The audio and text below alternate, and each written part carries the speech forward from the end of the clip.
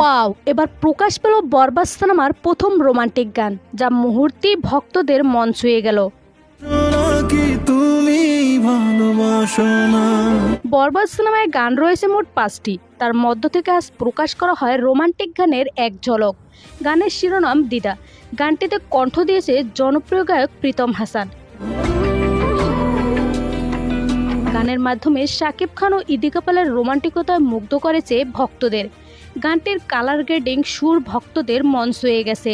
গানটি শেয়ার করে একজন ভক্ত বলেন, অসাধারণ লেগেছে এক ঝলক। যখন পুরো গানটি মুক্তি পাবে তখন নেট দুনিয়ায় ঝড় উঠবে।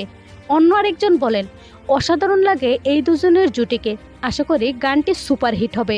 অন্যদিকে প্রীতম বলেন, আমার জীবনের অন্যতম সেরা গান এটি, আশা করি ভক্তদের হৃদয় ছুঁয়ে যাবে।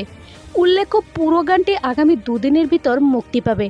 সো ভিউয়ার্স, কেমন লাগলো গানের এক ঝলকটি জানিয়ে দিন কমেন্ট করে।